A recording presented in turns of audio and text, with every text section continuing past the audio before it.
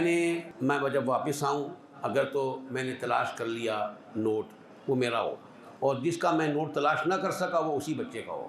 بچے بڑے خوش ہوتے ہیں اس بات پر کہ جی جو نوٹ نہیں ملے گا ابو جان کو وہ میرا ہوگا، اور جو مل گیا وہ ابو جان کا ہوگا۔ اس بات پر بچے بڑے خوش ہوتے ہیں۔ اب باپ والد صاحب باہر چلے جاتے ہیں، بچوں کو فری ہینڈ دے دیتے ہیں، بچے اپنے اپنے طور پر وہ نوٹ چھپا لیتے ہیں، پھر ابو کو بلاتے ہیں، آ گئے جی ابو اب تلاش کریں۔ اب ابو تلاش کرتے ہیں، تلاش کرتے کرتے کرسی کے نیچے بچے نے چھپایا ہوتا نوٹ وہ مل جاتا ہے۔ ابو کہتے ہیں لو جی یہ تو نوٹ مل گیا، یہ میرا ہو گیا۔ اب دوسرا نوٹ تلاش کرتے، دوسرا نوٹ بھی تلاش کرتے کرتے کوئی برتن پڑا ہوتا ہے، برتن کے پیچھے بچے نے چھپا کے رکھا ہوتا ہے، وہ کہتے ہیں لو جی یہ مل گیا، یہ میرا ہو گیا، لو جی یہ ابو کا ہو گیا۔ اب تیسرا نوٹ تلاش کرتے ہیں، وہ بھی تلاش کرتے کرتے مشکل سے کوئی برتن پڑا ہوتا ہے، اس کے نیچے ایک برتن پڑا ہوتا ہے، اس کے نیچے بچے نے چھپایا ہوتا ہے، وہ بھی مل جاتا ہے۔ اب ایک نوٹ رہ گیا، وہ نہیں ملتا، بڑا تلاش کرتے ہیں ابو، نوٹ نہیں ملا، وہ بچی کا نوٹ ہوتا ہے، بہت تلاش کرتے ہیں نہیں ملتا، پھر بالآخر ہار تھک کر ابو کہتے ہیں کہ بیٹا مجھے آپ کا نوٹ نہیں ملا، اب آپ نکالیں وہ آپ کا ہے۔ بچی وہ نوٹ کہاں سے نکالتی ہے؟ قرآن مجید میں سے، قرآن مجید سامنے پڑا ہوا ہے، اس میں سے وہ نوٹ نکالتی ہے۔ ابو کہتے ہیں آپ نے اس میں رکھا، کیوں رکھا؟ بیٹی کہتی ہے ابو میں نے اس میں اس لیے رکھا کہ اس کتاب کو کوئی کھولتا ہی نہیں، اس کتاب کو کوئی کھولتا ہی نہیں ہے، کوئی پڑھتا ہی نہیں ہے، اس لیے میں نے یہ نوٹ اس میں رکھا۔ ابو آپ یقین کریں کہ اس وقت وہ رو پڑتے ہیں، وہ دکھایا گیا ہے، گلے لگاتے ہیں بچوں کو، پھر افسوس کرتے ہیں کہ آج ہمیں کیا ہو گیا مسلمانوں کو کہ بچے نوٹ چھپا رہے ہیں قرآن کے اندر، کہ اس کتاب کو کوئی کھولتا ہی نہیں ہے تو ظاہر ہے یہ محفوظ ہے اس میں۔ پھر ہم روتے ہیں، پھر کہتے ہیں کہ یہ امت مسلمہ زوال کا شکار کیوں ہے؟ اور اللہ قرآن میں کیا فرما رہے ہیں؟ الف لام میم ذالک الکتاب لا ریب فیہ ھدی للمتقین لا ریب فیہ، یہ کتاب ایسی ہے کہ جس میں غلطی تو دور کی بات ہے، شک کی بھی گنجائش نہیں ہے۔ یعنی جس کتاب میں شک کی بھی گنجائش نہیں ہے اس کو پڑھ نہیں رہے، اور جو کتابیں غلطیوں سے بھری پڑی ہوئی ہیں وہ ہمارے ٹیبلوں کی زینت ہیں۔ میگزین، اخبار جہاں، فیملی میگزین، ڈائجسٹ، ناول، یہ کیا ہے؟ ہمارے گھروں میں باقاعدہ لگے ہوئے ہیں، یہ باقاعدہ جوان بیٹیاں انہوں نے باقاعدہ پیسے خرچ کر کے لگوائے ہیں، اور یہ ہمارے ٹیبلوں کی زینت ہے، سامنے پڑے ہیں۔ قرآن نہیں ہے، قرآن جیسے میں نے پہلے بتایا اوپر رکھا ہوا ہے برکت کے لیے، دست سے اٹا ہوا ہے۔ ماہر القادری نے جو قرآن کی فریاد بیان کی ہے وہ صحیح تو کی ہے کہ آنکھوں سے لگایا جاتا ہوں، تعویذ بنایا جاتا ہوں، دھو دھو کے پلایا جاتا ہوں، سینے سے لگایا جاتا ہوں۔ بس نعوذ باللہ معاذ اللہ ہمارا یہ کام رہ گیا، قرآن گر جائے تو فوراً اٹھا کر چومیں گے، سینے سے لگائیں گے۔ بھائی پڑھنا نہیں ہے اس کو تو اس آنکھوں سے لگا دیا، سینے سے لگا دیا۔ ہم سمجھتے ہیں کہ ہم نے حق ادا کر دیا قرآن پاک کا۔ قرآن پاک جس مقصد کے لیے آیا ہی نہیں ہے کہ اس کو آپ چومیں اور سینے سے لگائیں۔ قرآن تو آیا ہے پڑھنے کے لیے، پڑھانے کے لیے۔ یہ وہ کتاب ہے جس میں غلطی تو دور کی بات ہے، شک کی بھی گنجائش نہیں ہے۔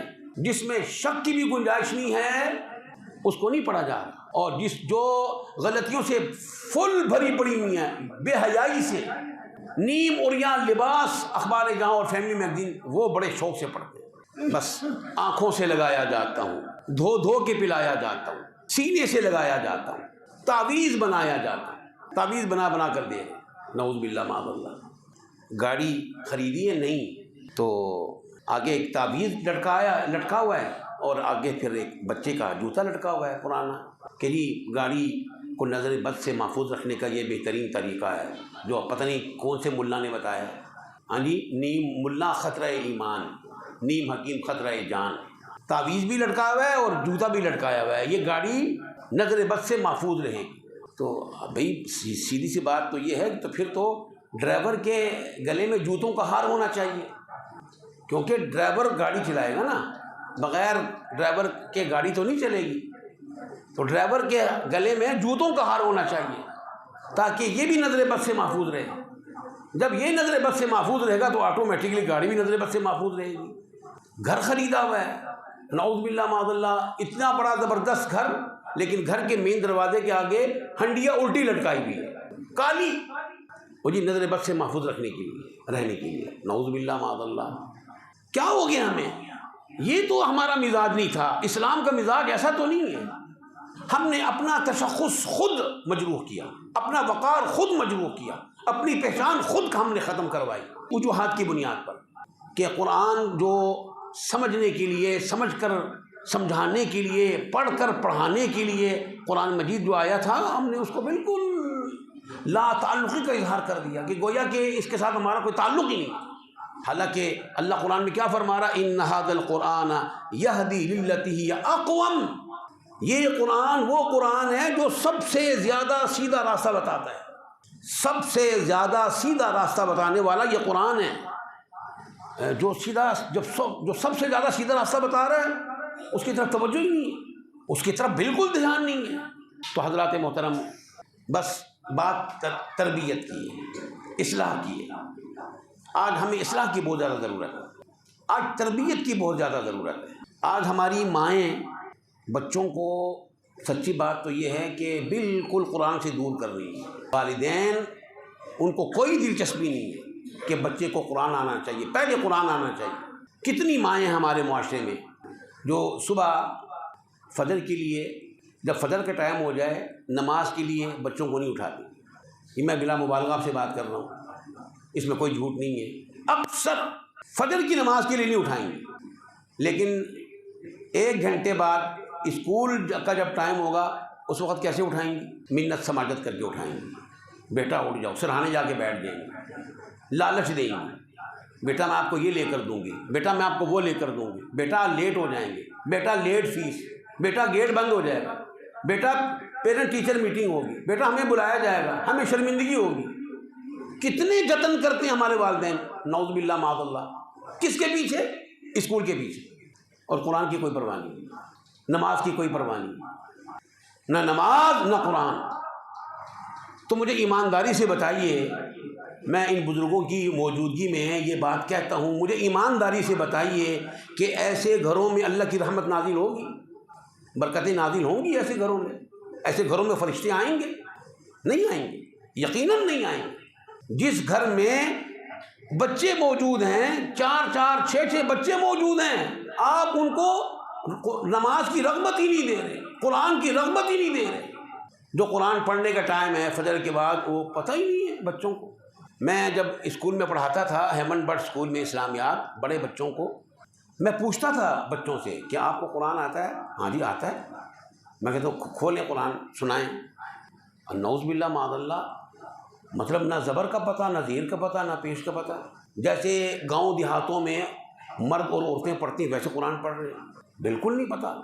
لیکن میتھ، انگلش وہ فل آتی ہے ان کو، ہاں جی، اس میں فرفر بولیں گے، لیکن قرآن نہیں آتا۔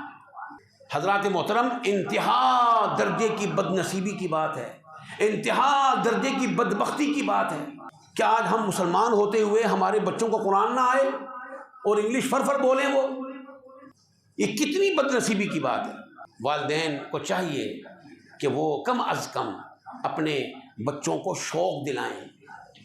میں نے ابھی پچھلے دنوں ایک درس میں یہ بات کہی تھی کہ یہ نماز ایک واحد ایسی عبادت ہے کہ جس عبادت کے پیچھے اللہ کے نبی نے بچے کو، 10 سالہ بچے کو مار کر نماز پڑھانے کا حکم دیا ہے۔ مروا اولادکم بالصلاۃ وهم ابناء 7 سنین واضربوهم علیہا وهم ابناء 10 سنین۔ اپنے بچوں کو نماز سکھاؤ جب وہ 7 برس کے ہو جائیں، جب وہ 7 برس کے ہو جائیں۔ واضربوهم علیہا وهم ابناء 10 سنین، اور جب بچہ 10 برس کا ہو جائے نماز نہ پڑھے، واضربوهم، ڈنڈے مارو ان کو، پٹائی لگاؤ ان کی، پھر ان کو نماز پڑھاؤ۔ یہ واحد ایسی عبادت ہے نماز جس میں رسول اللہ صلی اللہ علیہ وسلم نے اجازت دی ہے، رخصت دی ہے، لیکن ہمارے والدین کو پرواہ نہیں ہے، نہ قرآن نہ نماز۔ اور پھر کیا کہتے ہیں؟ ہمارے پاس آ کر کہتے ہیں جی کوئی وظیفہ بتائیں اور کوئی پڑھائی بتائیں گی، بچہ بڑا باغی ہو گیا، بچہ بڑا نافرمان ہو گیا۔ بھئی کس نے نافرمان بنایا بچے کو؟ بچے کو باغی کس نے بنایا؟ والدین نے بنایا۔ یہ والدین کی ذمہ داری ہے۔ کس کی ذمہ داری ہے؟ والدین کی ذمہ داری ہے۔ والدین کی تربیت ہی نہیں ہے۔ انتہا درجے کا افسوس ہوتا ہے. آپ یقین کیجیے جب ہم دیکھتے ہیں ہمارے آج کل چھوٹے چھوٹے بچے گالی، اللہ معاف فرما دے، جب ہم چھوٹے بچوں کی منہ سے گالیاں سنتے ہیں، ہاں جی گلی محلوں کے جو بچے ہیں یہ گالی آپ یقین کیجئے ایسے دیتے جیسے انہوں نے گالی میں پی ایچ ڈی کی. ایسی غلیظ قسم کی گالیاں دیں گے بچے 6 سال کے 7 سال کے.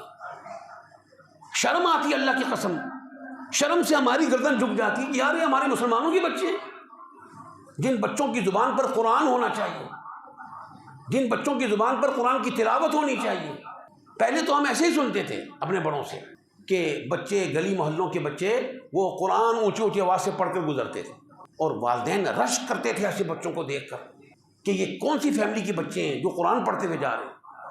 میں نے انڈونیشیا کے ایک علاقے کی وہ کسی نے مجھے وہ تصویر بھیجی، مووی چھوٹی سی، اس میں وہ ایک بس جا رہی ہے، ہاں جی، اور اس بس میں سیٹیں سب فل ہیں اور جو نوجوان کھڑے ہوئے ہیں سیٹیں فل ہیں، جو نوجوان کھڑے ہوئے ہیں وہ کیا کر رہے ہیں، ایک ہاتھ سے انہوں نے وہ رسی پکڑی ہوئی ہے سہارے کے لیے اور دوسرے ہاتھ میں قرآن کھولا ہوا ہے، قرآن پڑھتے ہوئے جا رہے ہیں. انڈونیشیا جوان میں نے خود ہی اپنی آنکھوں سے دیکھا، گناہگار آنکھوں سے، کہ وہ قرآن ایک ہاتھ میں پکڑا ہوا ہے، ایک ہاتھ سے رسی پکڑی ہوئی ہے اور بس چل رہی ہے، کسی لمبے ٹور پر جا رہے ہیں اور پوری لائن نوجوانوں کی لگی ہوئی ہے اور سب نے قرآن کھول کر قرآن پڑھ رہے ہیں. تو یہاں پر کیا حال ہے ہمارا یہاں پر یہ حال ہے کہ ہم ٹیکسی والے سے، گاڑی والے سے پہلے پوچھتے ہیں بھائی تمہارے پاس انڈین گانے ہیں، اگر ہیں تو ہم بیٹھتے ہیں، اگر نہیں ہے تو پھر ہم کوئی اور گاڑی دیکھتے ہیں. میں یہ آپ کو یہ بلا مبالغہ بات بتا رہا ہوں آپ کو، اکثر، چلو میں سب کی بات نہیں کرتا، اکثر ہمارے نوجوان ٹیکسی والے سے پوچھتے ہیں، گاڑی والے سے پوچھتے ہیں گانے ہیں تمہارے پاس. میں ایک دفعہ حضرت صاحب پرانے قلعے ہمارے علاقے میں درس دینے جا رہا تھا، مجھے نوجوانوں نے درس کے لیے بلایا، تو میں جب قریب پہنچا اس گھر کے جس گھر میں درس دینا تھا تو وہاں سے ایک نوجوان ایک دکان کے پاس سے گزرا اور دکان والے کو کہتا ہوا جا رہا ہے، میں نے سنی آواز، دکان والے سے کہتا وہ جڑی انڈیا دی فلم آئی نا نویں وہ کٹ کے رکھی میں نماز پڑھ کے آنا نہیں. یہ ہمارا حال ہے. دکاندار سے کیا کہہ رہے ہیں، انڈیا دی جڑی نویں فلم آئی نا وہ کٹ کے رکھی میں نماز پڑھ کے آنا نہیں. یہ کون سی نماز پڑھ رہے ہو بھائی، آپ کون سی نماز پڑھ رہے ہیں؟ یعنی یہ نماز اس کا مطلب آپ اللہ کے لیے نہیں پڑھ رہے، اللہ سے ڈر کر نہیں پڑھ رہے، اللہ کا حکم سمجھ کر نہیں پڑھ رہے، اللہ کی رضا کے لیے نہیں پڑھ رہے، دکھانے کے لیے پڑھ رہے لوگوں کو کہ آپ نمازی ہیں. پھر اس بات کا تذکرہ درس میں کیا. میں نے کہا جی ابھی میں جب آ رہا تھا تو ہمارا حال تو یہ ہے کہ اس نوجوان نے دکاندار کو میرے سامنے گزرتے ہوئے یہ بات کہی. کب ہم اپنی اصلاح کریں گے، کب اصلاح کریں گے اپنی؟ میرے ایک دوست ہیں، مجھے انہوں نے یہ بات بتائی ہے. لیکن جی کہ ایک ہمارے بازار میں گنج منڈی میں ایک آدمی سگریٹ سلگا رہا ہے، تمباکو والا پان منہ میں رکھا ہوا ہے، پینٹ اس کی زمین سے لگ رہی ہے اور شیو ہے، شیو کی بھی، ہاں جی، داڑھی بالکل چٹ، سگریٹ منہ میں، تمباکو والا پان منہ میں، پینٹ زمین سے لگ رہی ہے اور کیا کہہ رہا ہے، کہہ رہا ہے یار پتہ نہیں ہماری قوم کب سدھرے گی. وہ یہ کہہ رہا ہے پتہ نہیں ہماری قوم کو کیا ہو گیا ہے، ہماری قوم کب سدھرے گی. اللہ اکبر. ایک آدمی نے ایک طالب علم کو دیکھا، وہ کھڑے ہو کر پیشاب کر رہا تھا. اس نے کہا یہ بڑا بدتمیز بچہ ہے، کھڑے ہو کر پیشاب کرتا ہے، اس کو ادب نہیں، میں اس کے استاد کو جا کر شکایت کرتا ہوں. وہ اس بچے کو چھوڑ کر استاد کی طرف نکلا تلاش کرنے کے لیے، تو اس کی نظر استاد پر پڑی تو استاد چکر لگا کر پیشاب کر رہا تھا. اس نے کانوں کو ہاتھ لگایا، اس نے کہا یہ کیا. میں سب کی بات نہیں کر رہا، الحمدللہ ہمارے معاشرے میں ایسے استاد بھی موجود ہیں جو بچوں کو ادب سکھاتے ہیں، تربیت کرتے ہیں، اصلاح کرتے ہیں. لیکن میں رونا رو رہا ہوں اپنے معاشرے کے ان لوگوں کا جو اپنے آپ کو مسلمان کہتے ہیں، اپنے آپ کو مسلمان کہتے ہیں اور پھر اس قسم کے کام کرتے ہیں. نعوذ باللہ. کب آئے گا ہمارے معاشرے میں انقلاب؟ اس طرح آئے گا انقلاب جیسے وہ بندہ کہہ رہا تھا کہ ہماری قوم پتہ نہیں کب سدھرے گی.